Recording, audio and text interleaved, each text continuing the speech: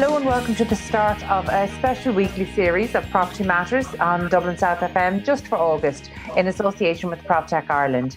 So for the next 4 weeks, we'll be meeting the people who are developing, driving and financing PropTech and construction technology innovation around Ireland. You can contact us on Twitter at iPropertyRadio or by email at hello@iPropertyRadio.com. Your host for today is myself, Carol Tallon, and today I'll be chatting to Padraig Neylon, founder and CEO of AddJust. Padraig, thank you for being with us today.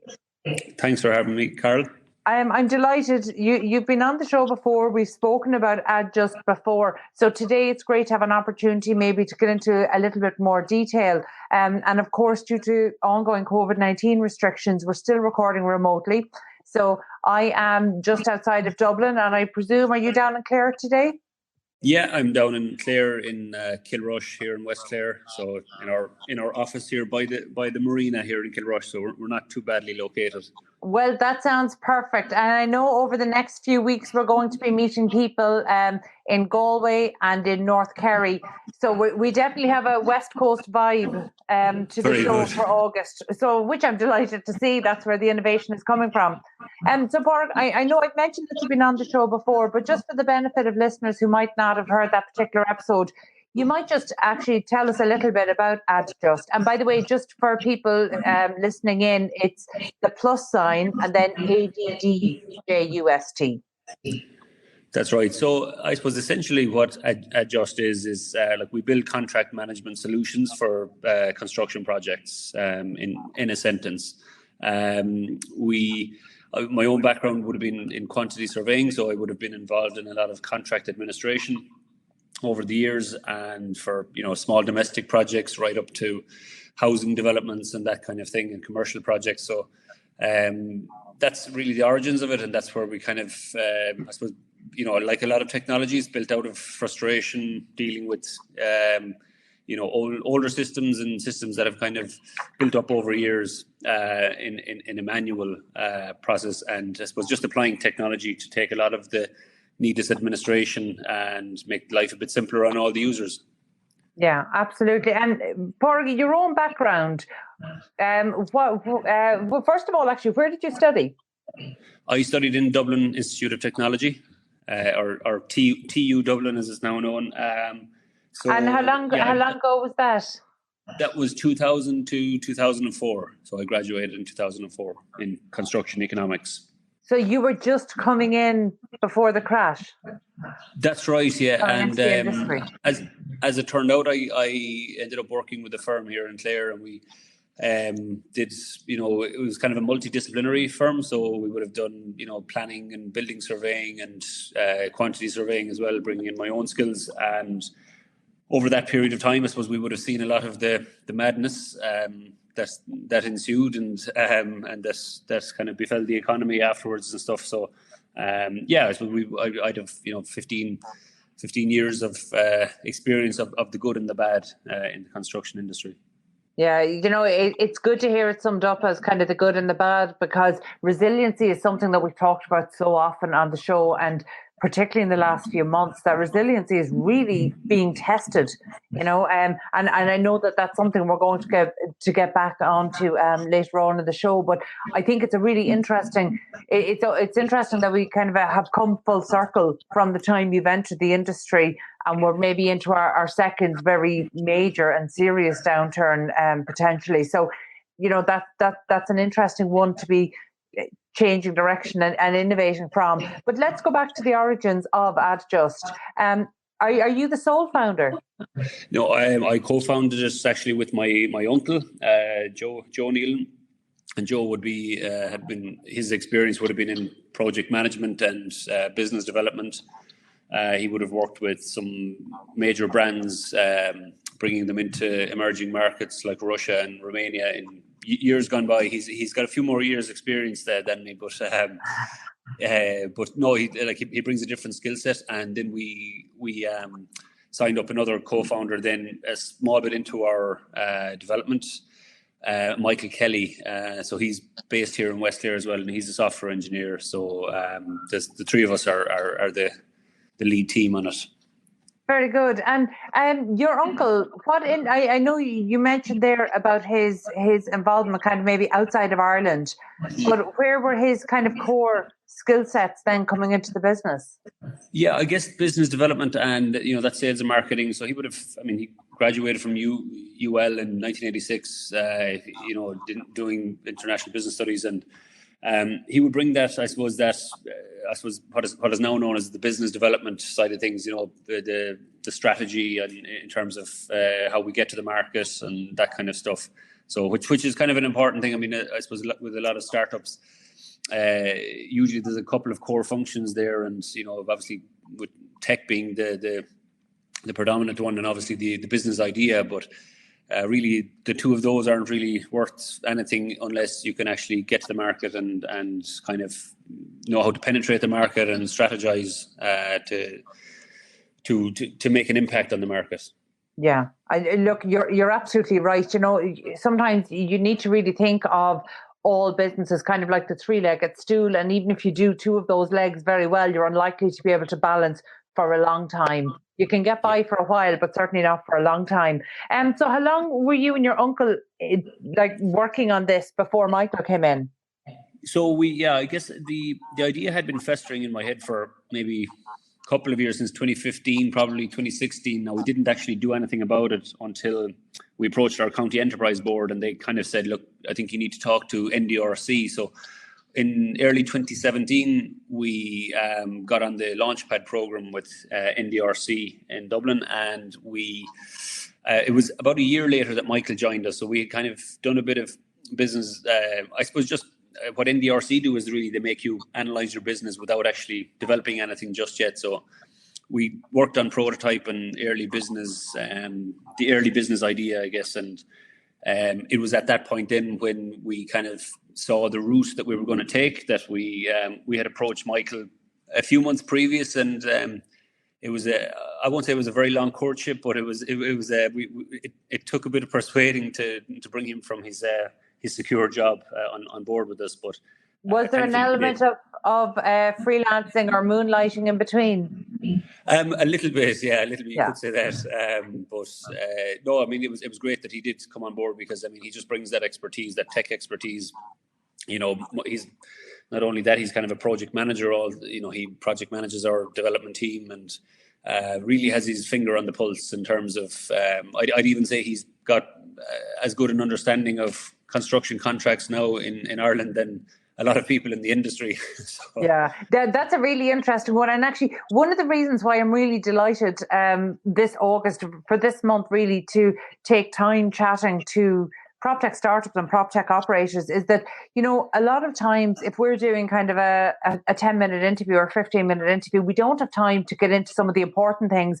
And like one of the things that, we've almost glossed over was the fact that, you were operating with co-founder for a year before bringing Michael on board. And that can be a really difficult thing to do. And what we found is that, people, particularly co-founders on their own, there never seems to be a right time a founder on their own, there never seems to be the right time to bring in a co-founder, because if there's any sort of attachment built up around the business, it's very difficult to effectively share your baby with somebody who might not, have 100%, the same approach as you. And of course, a co-founder shouldn't have 100% the same approach as you. Otherwise, you're losing value. But in terms of bringing Michael in, was there a case that did you have to review maybe existing shareholder agreements and founder rights? Was there a whole negotiation around that? Yeah, there was. And I would have known Michael beforehand, and we'd be quite good friends, and I'd be good friends with his brothers as well. We go back a long way. But, when it came down to business, we were very frank and honest with each other. And there was, it's like any legal agreements and stuff like that. It can be painful during the course of it. But at the same time, I think it's important for a lot of startups. As I always say, like the idea is really, it's 80% of what will make it successful, but it's also only about 20% of what goes into it. And you need that input from all these different facets, as I said, like, you know, just having an idea, or just having an ability to write code, or just having an ability to make sales. Neither one of those on their own will actually make a viable business. And you know, I think we went through the negotiation process, and I think, you know, we're very clear on what our paths are and what our obligations are, and I think that's kind of important. It's important to get that out of the way at the start, really, or as early as possible. Yeah, and you know, I suppose back to the analogy I was at three-legged stool, you know, you were coming in with a lot of domain knowledge from having worked in the construction sector in Ireland, which is great, and that's where the premise comes from. But you're absolutely right. An idea without execution, really, you know, it just doesn't go far. So having the IT, you know, that's something that most people would do almost on an outsourced basis initially. So had you, prior to Michael coming on board, had you actually been outsourcing software development? Yeah, we had outsourced to a company in Galway there that we would have dealt with previously, called App Design. And we just got, really is what we did. We wanted to kind of get something that we could go around and bring to customers and show them, you know, this is what can be done. And we were kind of showing a process that could be solved using technology. So, I mean, we didn't spend a massive amount of money on it, but at the same time, what it did was it got us a kind of something that we could show, I suppose, to prove our concept to our customers, and just kind of say, look, this is what's possible. A lot of the time, it's very hard to explain something using words or on a phone. You know, we're all kind of leading to that visual. You know, we're all kind of focusing on the visual side of things, particularly in recent times. And I think just having that prototype, or whatever you like to call it, was, and we use that outsourcing company, and I think that's probably, you know, I mean, look, not every company is the same, but definitely worked in terms of we didn't have a huge capital outlay initially. We got to prove what we were talking about was correct and could be done, and it was then at that point it was the right time then to bring in somebody full time then doing software engineering, because otherwise we would have been employing somebody or bringing on somebody when we didn't really know what our path was.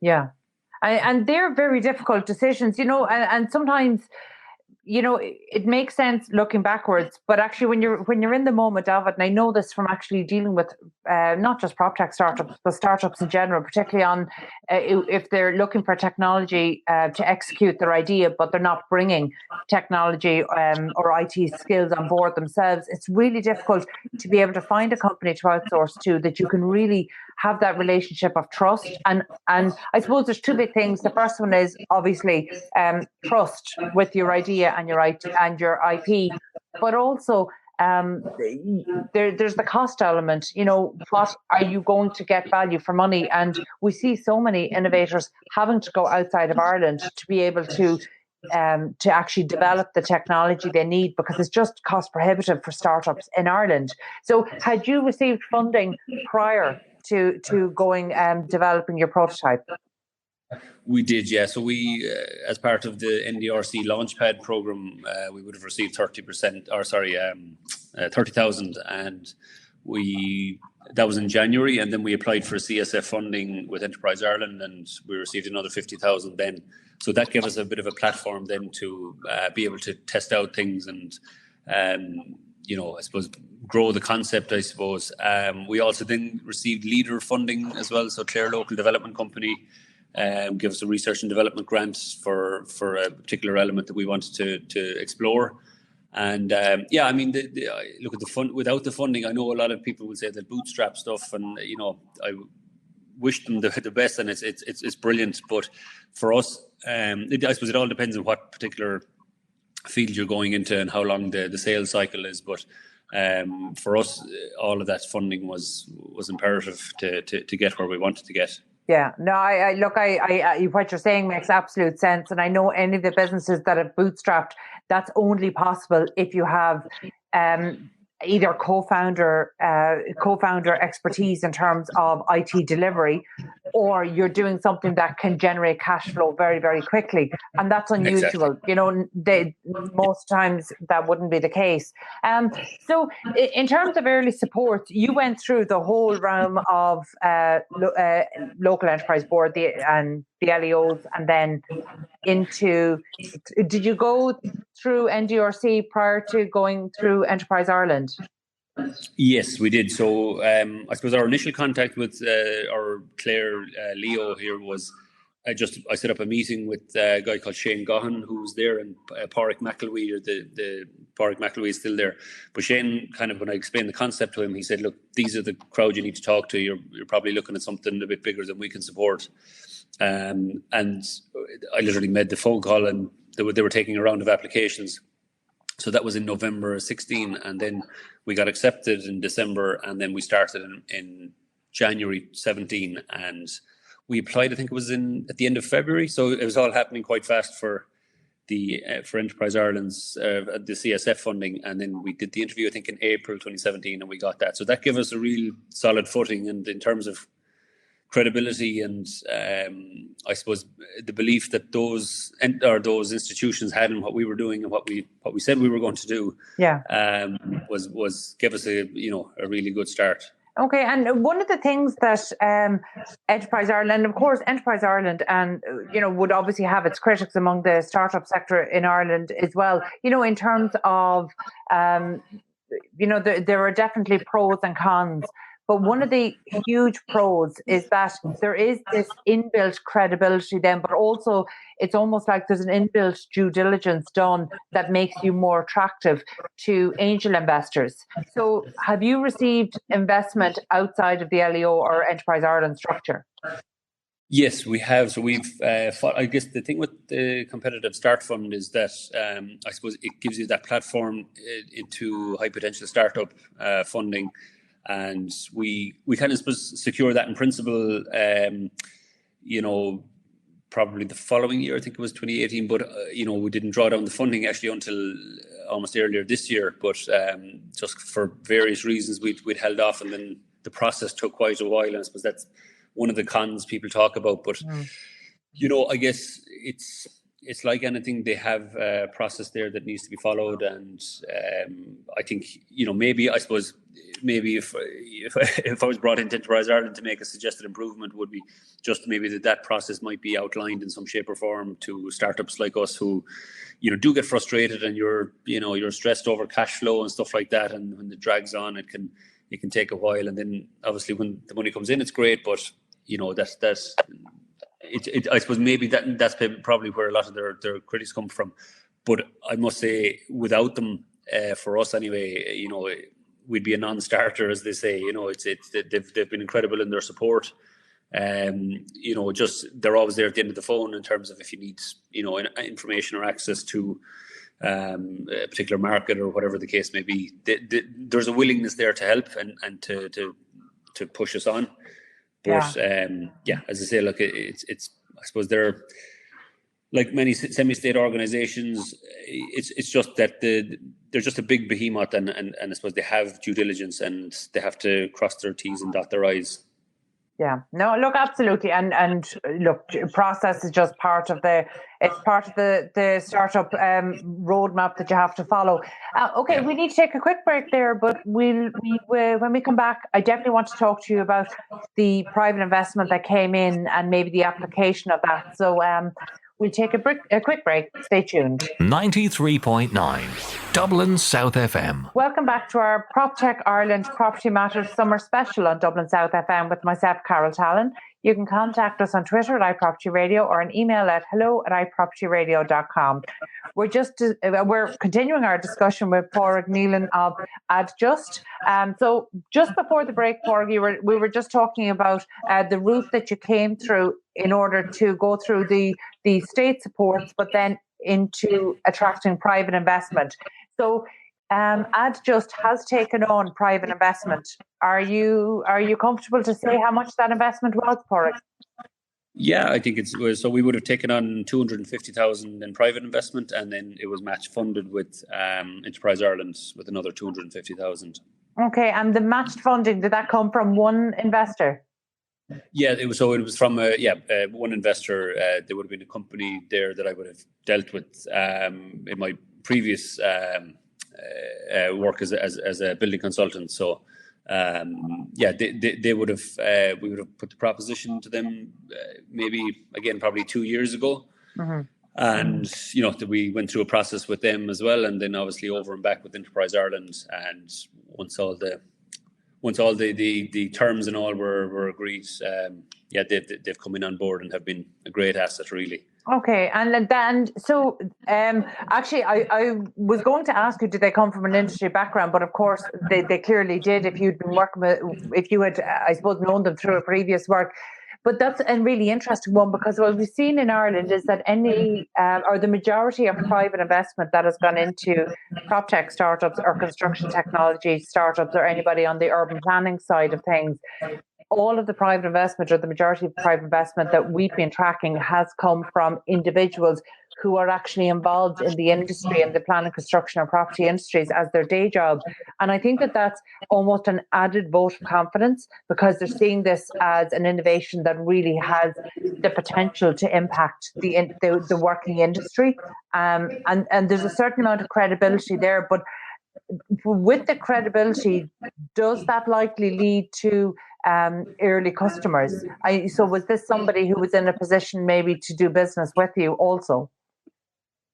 Not so much in this case, but potentially, I suppose they had. I suppose they had previously been involved in, I suppose, a few construction projects where they had developed, warehousing and things like that. And I suppose they had seen all the pain, and they fully understood what we were trying to do and what we were trying to achieve. And they would have invested in technology in their previous company as well, at an early stage, and that reaped dividends. So there was an appreciation there of technology already, and so I think that helps. I think it's one thing to throw money into something that you have a gut feeling on, but when you've previous experience of investing in technology and purchasing technology and it has worked for you, I think that made our job a little bit easier, that the particular individuals had invested in technology before themselves. And did that, look, I understand that it's early days, but I suppose are the indications that, that's likely to make them good investors, a good fit for AddJust?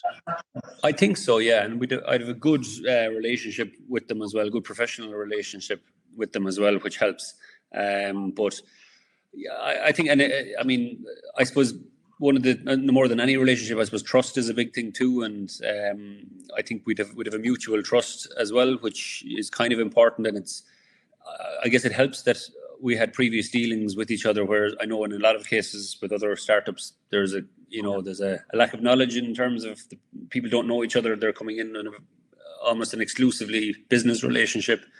And sometimes that can lead to kind of fraught events and fraught, it can just lead to a lot of tension when there isn't a particular understanding, and there can be a perceived lack of trust. I just know with other startups who've experienced that as well.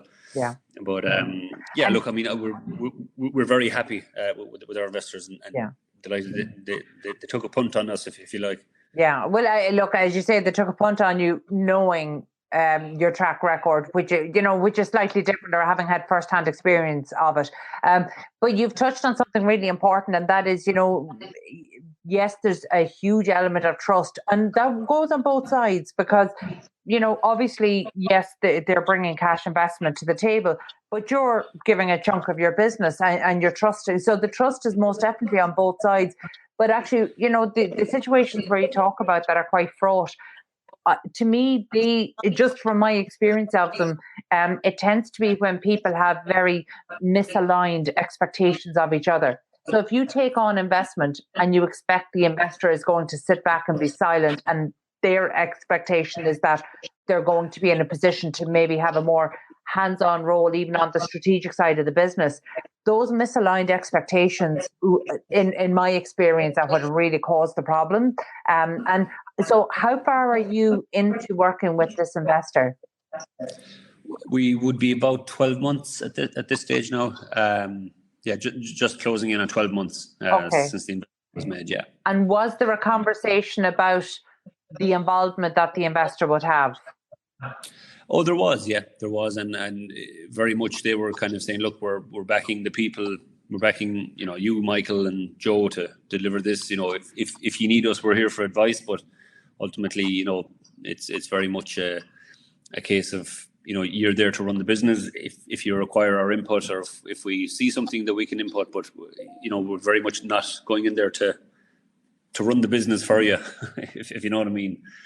Yeah, well, again, that's a good and a bad thing. And the other thing I suppose to be mindful of, and again, I understand it's early days for you, but sometimes those expectations of each other, even when people's intentions are outlined at the start, those expectations can change, whether the marketplace changes or, maybe the founder's position changes, sometimes that involvement can change. And that's something that needs to be worked with over time. If you're dealing with an experienced investor, these things are much more straightforward. But if it's somebody who was relatively new to investing in startups, then there tends to be a little bit more uncertainty about the roles that people will take, or maybe people are a little bit unrealistic at the start at just how hands-off they can be, because that can be frustrating for the investors if they're hands-off, but they see a role maybe that they would be able to impact the company positively. Whether that's appreciated by the founder or not is another thing. Yeah, but I suppose I would always take the approach of 2 ears, one mouth and in that proportion. I'd always be open to listening. If an investor felt that he did have something to input and wanted to get involved in something, I'd obviously, no more than any decision, you just look at it. You would make an informed decision. And if I felt that it was not in the best interest of the company, I would politely kind of say that and move on. And I think that's the good thing about, I suppose, our situation and our investors, that we have a long-standing record with him. I know how they work and stuff like that. So, and I'm sure that's not the case for everybody, but I think you just got to treat it like any business decision and be as respectful as possible, and hopefully there's understanding on both sides. Yeah, no, absolutely. And so in terms of AddJust today, how many team members are you up to at this stage? So we have 3 on the development team, and we have another 4 then outside of that. So we just hired a digital marketing manager as well. Very good. Just in the last month. So. Okay, and so you're up to 7 now, and are those 7 all based in County Clare, or are you operating a remote team? We have 2 in a remote location, all right. Again, they're on the development team working with Michael. So other than that, we're all based in Clare. Actually, Joe is actually based in Mayo, even though he's from Clare, all right, but he's married up there. Okay, so you guys were operating a remote team prior to COVID? We were. Okay, so, look, as I mentioned, for most of August, I think all the founders we're speaking to, almost coincidentally, just happened to be along the West Coast, I think from Galway down to Kerry. And, having lived on the West Coast myself, I know that, typically, certainly 15 years ago, when I started my first business, every meeting I had was at the Green Isle, was in Dublin, and I would try to get people out to the Green Isle Hotel. So I might drive 3 hours from Kerry up to the Green Isle Hotel outside of Dublin, and I could not get people from the city centre out to there. And it drove me crazy, like at the time, before we moved our business up to Wicklow and then Dublin. But actually, there used to be certainly some huge challenges doing business outside of Dublin or outside of a main urban centre. But I think that they've really diminished over the past decade and a half. And I think that COVID is going to change that even more. But, in terms of your operations, how was AddJust affected by the pandemic? I guess we did have a couple of deals that were ready to be signed off on with private commercial clients, which I suppose they're now relooking at their capex, which our technology kind of would manage a lot of capex development. Mm-hmm. So yeah, but 1 or 2 things like that happened, which would have affected us. But at the same time, on the flip side of that, we did have inquiries from, in particular, one local authority who said they needed to move ASAP because with the technology like ours, obviously they have to go through public procurement, but that the whole paperless environment that we are trying to push was now front and center in terms of transmission and dealing with contractors and not having to handle paper. So our whole ethos is that contracts should be paperless.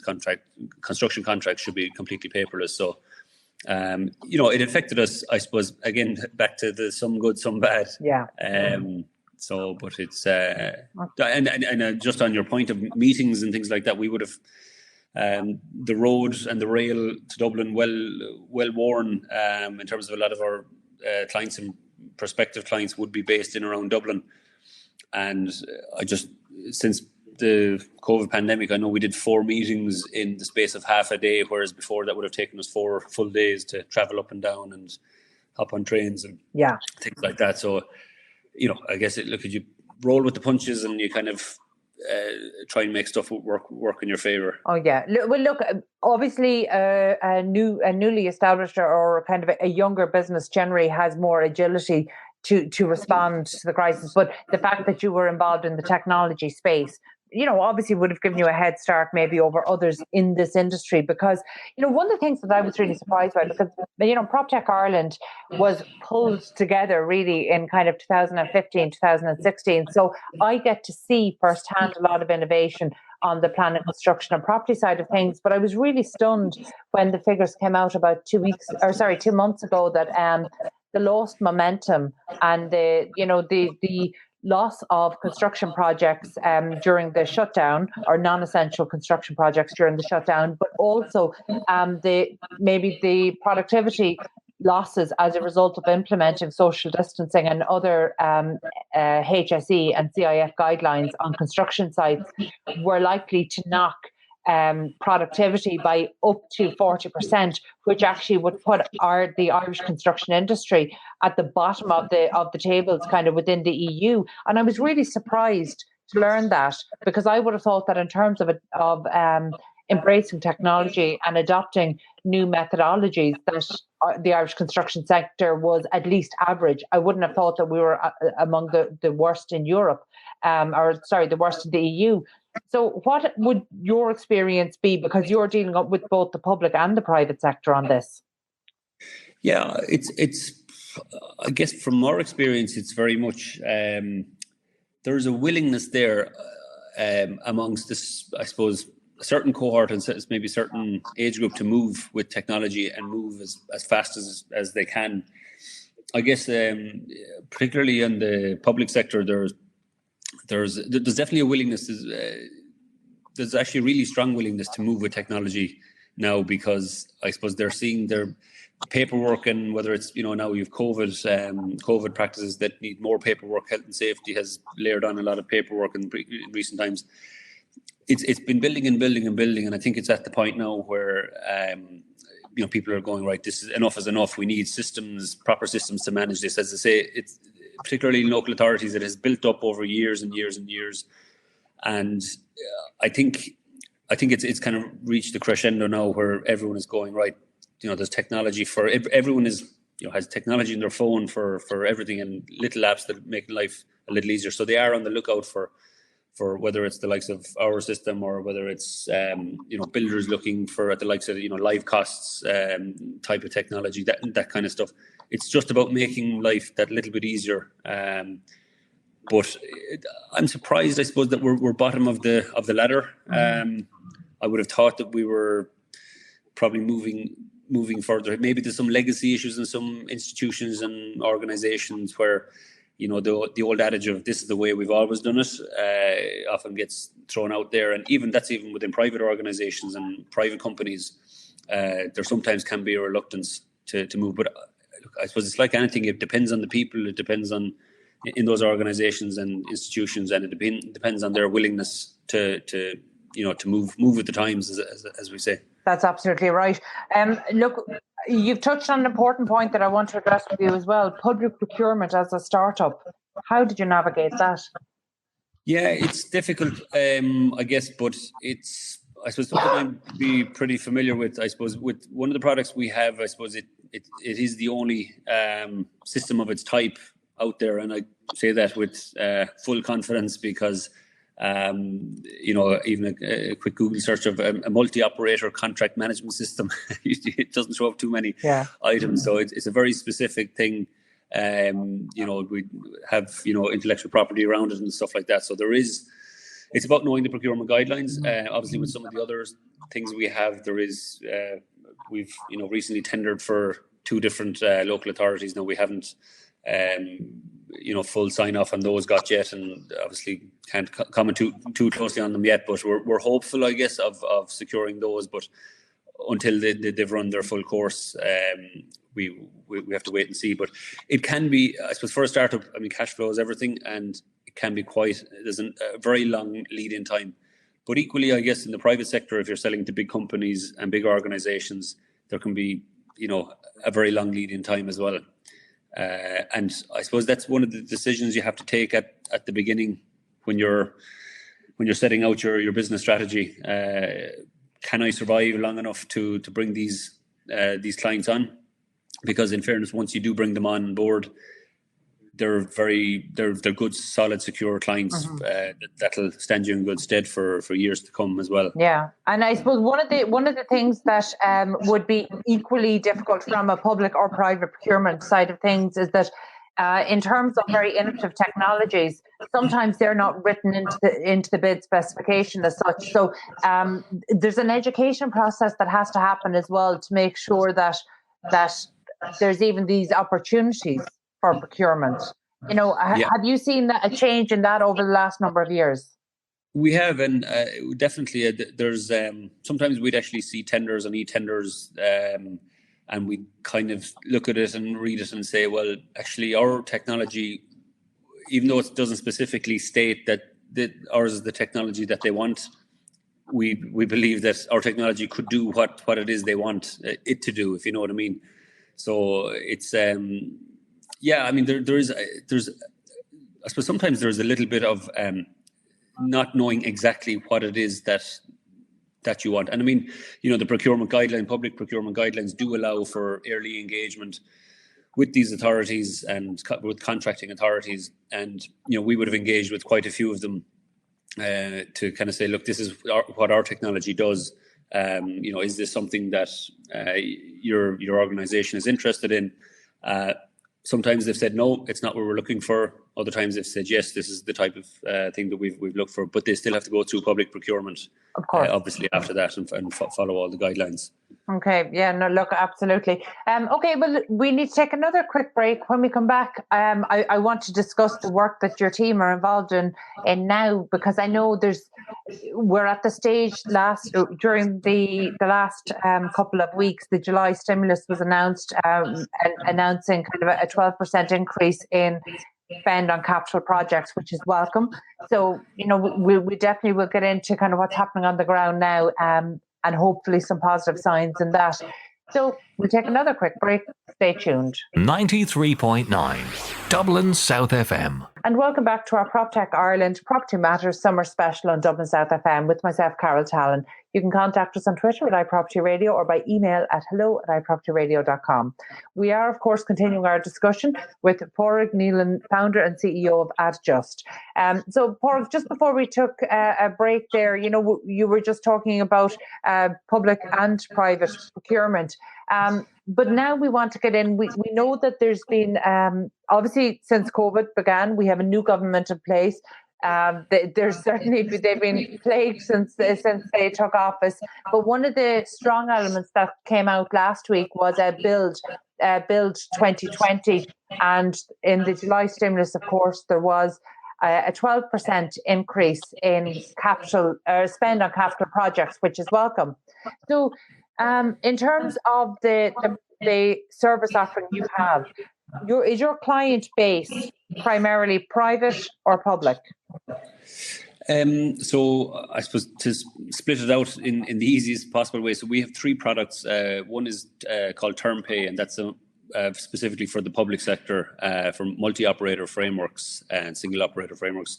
we have another product called Control, which manages capital projects, which would I suppose cross between public and private sector. So it handles public works contracts, but can also handle private sector contracts as well, and bespoke contracts in the private sector.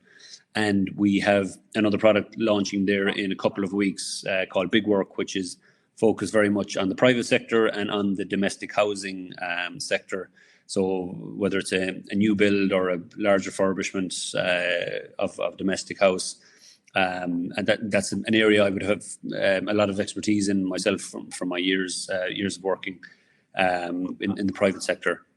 So those would be the three products. So we kind of very much, I guess it's probably 50-50 in the grand scheme of things, because there's one exclusively private, one exclusively public, and then the Control product then sits in the middle of the two. Okay, and in terms of, I suppose, the growth forecast for AddJust, I mean, strategically, are you going to keep that 50-50 balance if possible?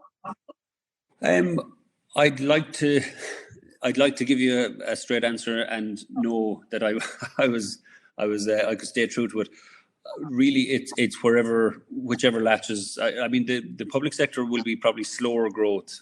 I can see the private sector probably, a certain element of it slowing down in terms of maybe the larger capital expenditure projects, maybe slowing down a little bit.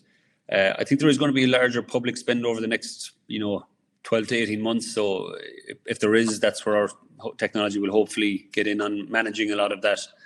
But yeah, I guess we'll follow wherever the growth is, really. Yeah, no, look, and that's a fair one. And to be fair, that's probably the very responsive way to be, in terms of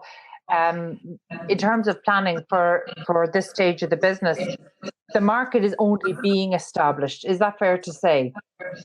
I think so, yeah. I think very much in terms of what we're doing anyway, it's very new. And when I say very new, I mean, like, there are some private, large organizations from the States and who have contract management technology. Very few of them kind of actually, if any of them at all, kind of target clients the way we do. So a lot of them are targeted at construction companies who would be kind of more used to dealing with technology and maybe implementing systems and having, CRM systems and that kind of stuff.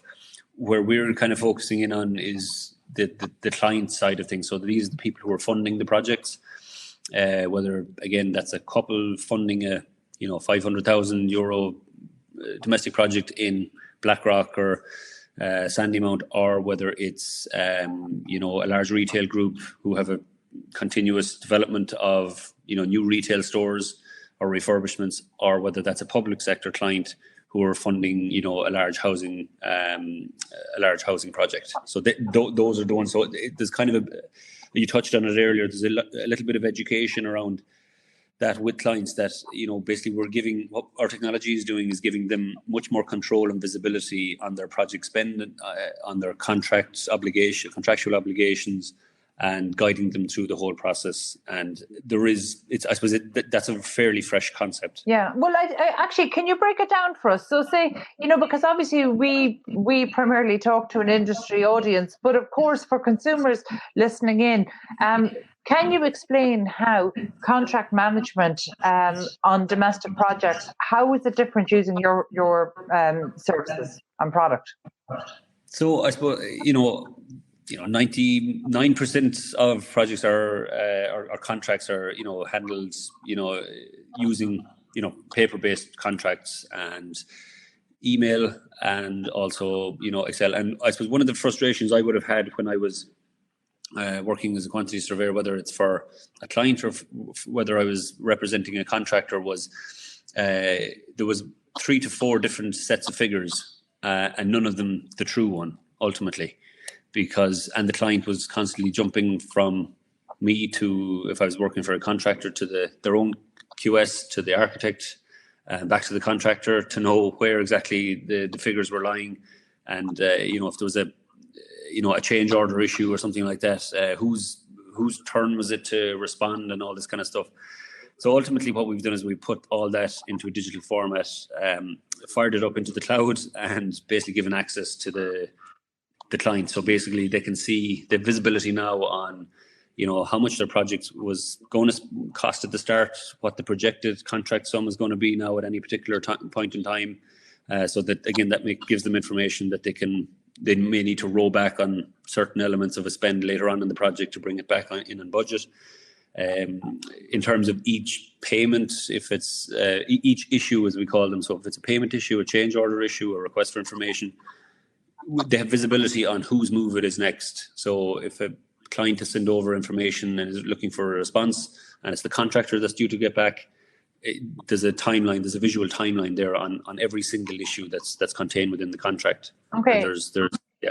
Does that tie in then with, say, in terms of mortgage drawdowns, say for people who are self-building, is there an element there where actually using your technology might be seen as more positive with their mortgage lender?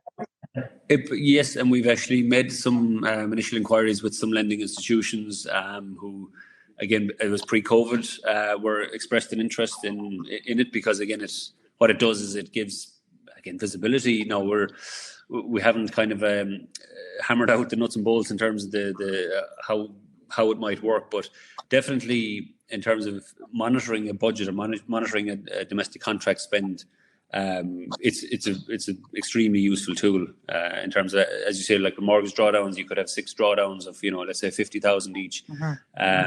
Those milestones could be easily monitored on our system. Okay, and actually that kind of leads us quite nicely on to self-building is something that it seems to fall in and out of favor in Ireland, and is that something then, because I suppose I didn't realise that you were dealing with individuals who might be involved in self-building using direct labour or, going through a main contractor. So I can see how this would be massively beneficial, say, in terms of a main contractor, but can it be used if it's direct labour because there's so many different players?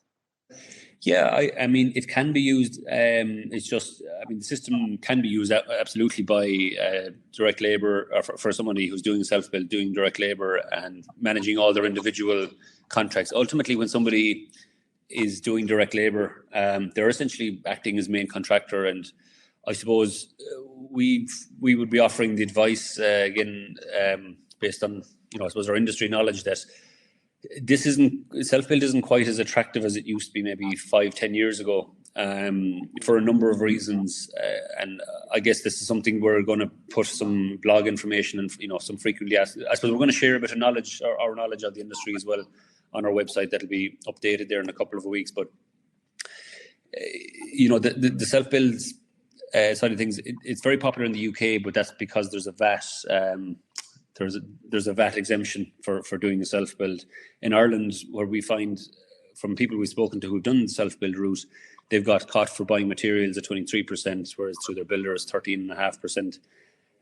There's also the health and safety issues in this, project management, or project supervisor construction stage, project supervisor design process. These are all legal obligations now that they have to fulfill. And when you add up all these elements and hidden things that people don't talk about at the self-build or at the commencement of a project, all of these little add-ons end up costing, I won't say more, but I would say you'd have to look at the value that's been delivered by hiring a contractor directly, and all the legal obligations that go with it. And it's just become, I think, a little bit more difficult to do a self-build and do it effectively within Ireland now, particularly around, the costs and the legal obligations. Yeah, see, I suppose it was always something that was more attractive for people maybe who were involved or had skills that they could bring to the table. Yeah. But no, look, I absolutely take that point. That's a fair one. So before we finish up, you mentioned that there's a new offering coming soon, Big Work. Yeah, so Big Work is that as we say, it's targeted at the domestic building market, domestic contracts market. It's one building project, it's one app. It's very, very easy to use. We have it running on a number of projects there at the minute, and so far nobody has received an email that they've had to respond to, on which is good. That's interesting, because the last day we were speaking about this, one of the things you had said is that, you're on a mission to end emails when it comes to contract management. So is that what big work is? Well, I don't think Google and Yahoo Mail are going to be under threat now from us, but in terms of email being used as a contract management tool, it's the first thing that when we ask for feedback to any of the users, whether it was the client or the contractor, they said, they've given us the pros and cons, and they've said, actually one of the major pros is this, there hasn't been any email on this project. Mm-hmm. Now, as I say, there are some emails in terms of when there's a document issued, we do email it as part of the contract, but ultimately nobody has had to respond to an email. Everything is instant messaging based within the app and based around each individual issue. So very easy to navigate, very easy to use. And ultimately it's about monitoring, the client's budget, and it's about managing their house building contract with the builder and the design team. So it's something we're kind of excited about. Again, I would have a lot of experience of these types of projects down over the years. I would have worked on as a contractor's QS on a lot of major, up to €1 million refurbishments in Dublin, right down to your one-off house in Clare or Galway. Mm-hmm. So I think the market are now ready for this, and this is kind of something that clients are looking for. Yeah. What's the launch date for that? The 17th of August. So you're getting very close. Yeah, very close. And is the pressure is on. Is that going to coincide with the launch of your new website? Yeah, that'll be all up there. So what we're doing is we're just kind of making things a bit more legible. In terms of, we just have a basic website there at the minute, but very much we're separating out the 3 products so that it's much clearer, much more concise as to what we do, and that's all earmarked for 2 weeks' time. So a busy couple of weeks ahead. There'll be no holiday for another few weeks. Absolutely. And that actually makes my next question seem almost unfair, but I'm interested, so I need to ask it. We can see that's the next couple of weeks, but looking ahead, what's next for AddJust? Because I know from speaking to you previously, I'm sure that despite this being in the offing, you're already working on the next piece of innovation, on the next rollout. So, what can we expect from AddJust over the next kind of 18 to 24 months? Yeah, so one of the our primary on our roadmap would be, I suppose the primary thing on our roadmap is very much around building back from. So our systems at the moment come in once a contract is about to start, but we're looking at bringing that back a step. So the whole tendering, procurement side of things, it may be a little bit more difficult for public procurement jobs, but for private sector, very much having, once your project is granted its planning, that basically you jump onto one of AddJust products, whether it's Control or Big Work, you start uploading your documents. You can invite your contractors onto your tender list. They can price, they can tender through the system. We can do the analysis, the tender reports and all that can be all automated. And from there, you're brought into the contract mode. So that's very much, we're hoping in the next 6 to 12 months that'll be part of the offering as well. Very good. And will that involve, do you have the resources to do that? Do you have the capability in-house, or are you looking at growing the team? We will, again, I suppose we will be probably looking to grow the team, but again, it'll be on a month-by-month basis. We'll analyse it.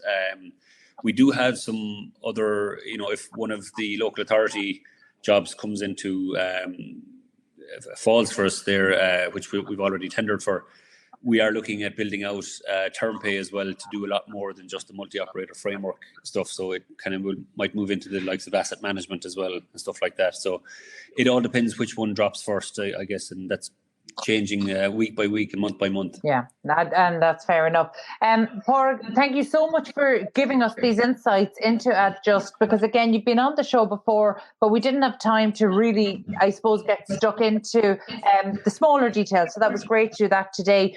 Before we finish up, have you any words of advice for maybe new Proptech or construction technology founders who are just trying to break into business development in the sector? Yeah, I suppose, I mean, yeah, we would have received a good bit of advice again. So some good, some bad, as I always say. But I guess it is a hard enough industry to crack in a lot of ways, and I suppose it really is about getting that first customer. And I think until you have that first customer, don't